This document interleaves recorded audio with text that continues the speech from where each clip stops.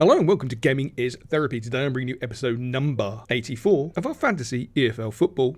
And it's time to talk about the max chip in the championship. Now before we crack into the video, I was on X. I think it's called X now. Yes, X, not Twitter. I can't get that muddled up. Called X. And I saw a fantastic tweet, which I'll put on screen, obviously. So the Fantasy EFL have put Fantasy EFL playoffs coming soon. And if you're anything like me, that just was, good Lord, I cannot wait. Give me now. But unfortunately, it's not going to be now because the playoffs haven't been decided. So I'm looking forward to whatever they're doing for the EFL playoffs. I think that'll be fantastic. Obviously, I think it's going to be mini league or mini leagues. I don't know. It did make me think about many things. I can't lie. My brain went off into a tangent. Regardless, let's crack into the video. So what we're going to be talking about? Ball game week 37 max chip. So on the left-hand side, we have the current championship table. On the right-hand side, we have the form of all the teams in the championship for the last 6 games, which is quite scary. As you can see, 14th position in the form table so far is Sheffield United. 6 games, 2 wins, 1 loss, 3 draws, scored 6, conceded 6, 7 points, lost 3 in a row, 1-1 drew. I mean, that's really not good enough. It's really not good enough. But what I will say is going into this game week 37, when you look at the upcoming fixtures and where people are positioned, I mean, look at Millwall, 60 points with Middlesbrough and West Brom. Coventry are only on 63, Bristol City on 64. There's going to be some absolutely juicy fixtures at the bottom of the table. They've all got a shout. Let's be honest, I'd probably rule out Portsmouth or Stoke, but Hull, Derby, Cardiff, Luton, Plymouth are all fighting for their lives. Literally fighting for their lives. It's going to be an amazing finish to the season, and I personally can't wait. But that's not what we're here for. So looking at the current form table, Burnley is currently the most informed team in the championship. They pick up of an average of 2.33 points per game. This makes them phenomenal, in my opinion.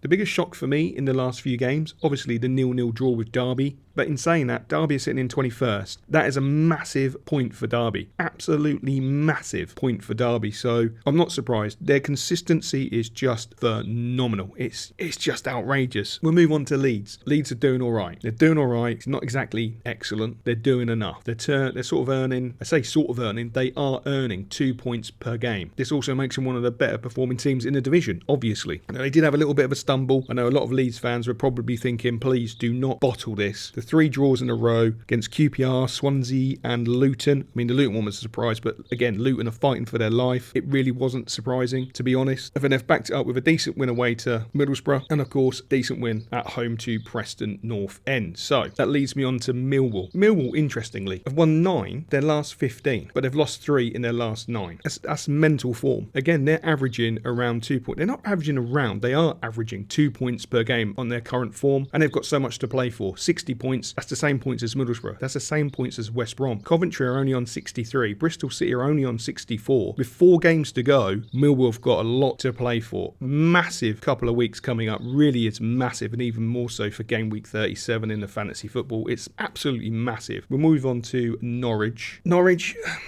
Honestly, I don't know what's wrong with them. They're averaging around, again, it's not around, it is 0.67 points per game, which is just, it's atrocious. 4 losses, a win and a draw, just not good enough. It's the same as Portsmouth, and it's the same as Blackburn, but they've got some massive games. I mean, I look at Blackburn, and I think between March the 8th and April the 4th, so they lost to Derby, they lost to Stoke, they lost to Cardiff, they lost to Portsmouth, they lost to Middlesbrough, then they drew with Sheffield Wednesday, and then they got a win against Luton, which, being honest, in that current form, I didn't see them actually beating Luton. I thought Luton might actually get a result against them, but it didn't happen. So have they turned their form around going into the final few weeks of the season? Who knows? Absolutely, who knows? Not me. Now here goes the tricky part. These are the fixtures, and there are some juicy fixtures. I mean, for an example, Derby-Luton. What a crackerjack of a game on the 18th at 12:30. That's going to be massive. Blackburn-Millwall. Blackburn can seriously dent Millwall's promotion opportunity. Bristol City have got Sunderland. I mean, that's a cracking game. Sunderland, for me, are in no man's land. They can't go out of the playoffs. They can't go up automatically. Really nothing to really play for. So player management for them is going to be interesting. So I probably wouldn't use too many Sunderland players, if I'm honest. Coventry, West Brom, massive fixture. Middlesbrough, Plymouth, Argyle, massive fixture because Plymouth are fighting for their lives and it's still possible for them to stay up. So that's massive. Sheffield United, Cardiff, massive. Oxford, Leeds. Leeds should be able to get past Oxford. Oxford are on 48 points, so to me they're safe unless they have a massive collapse and lose all 4 games. Who knows? And that's only the first sector of the games. I mean, look in the second sector, Bristol City have got Luton, Millwall have got Norwich, Coventry City have got Plymouth, West Brom have got Derby, and of course Burnley have got Sheffield United. So who would I be picking out of this division if I had to make a choice? I think I'd be looking at Leeds and Millwall. I like their fixtures. I think they're winnable for Millwall, and I think Leeds will win both games, if I'm honest, and they'll step up to the plate. From a player perspective, look, you've got to be looking at the standard players, in my opinion. Steve at Burnley, phenomenal player, phenomenal points return. I think he's worth a look at. I even think Dunn is worth a look at. Goalkeeper, perhaps Trafford, though the Sheffield United game worries me a little bit for a clean sheet. You've got Roden at Leeds, who's worth a look. Bogle at Leeds, who's definitely worth a look. Egan Riley, pretty much Leeds, Burnley players I'm just reeling off, if I'm honest. Of course, they're top of the table. They're all worth a look, to be honest. They've all got good fixtures. Burnley have got Watford, Sheffield United. There's pretty decent fixtures. You'd expect them to get a win and a result. I don't want to call it against Sheffield United because I think that'd be silly. You've got Faz, obviously, at Middlesbrough. Hegum at West Brom. A nice little differential, I think, is Brown at Oxford. I think he's a quality little player. Really good defender. I know they've got Leeds. No, I can see him getting some results. My only question is he actually fit? Because I think he missed the Sheffield Wednesday game, which Oxford won 1-0. But if we go back to the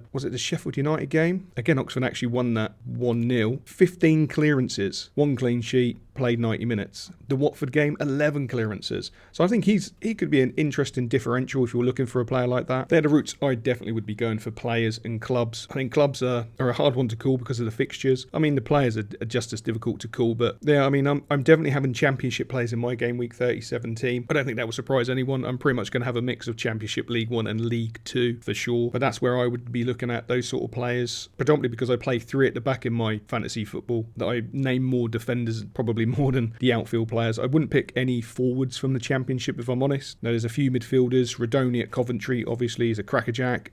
Brownhill, but no, he's pretty steady. I mean, he got 7 against Norwich. He's had a few inconsistent weeks where he doesn't get many points at all. But no, he's capable of getting a massive amount of points. So he's one to always keep in mind. Other than that, I would just literally be naming the normal candidates for your team. But that's what I would go with. Hopefully this video has helped you. Obviously, it's all luck of the draw, but hopefully looking at the fixtures or getting you to look at the fixtures, looking at the league table, you can see where there's some absolute, well, just juicy games for a start. Those are the games that can cause an issue when you're selecting your fantasy team. So it's just always bear it in mind. Do a bit of research. Spend 20-30 minutes researching, and hopefully you'll get a better points return. And I can't really talk. I do a lot of research at times, and yeah, I'm still crap at fantasy football, but there you go. I do it for the enjoyment because I absolutely adore it, and I love watching the results come in and it not going in my favour, which is quite standard. Anyway, we'll leave it there. As always, I will catch you later.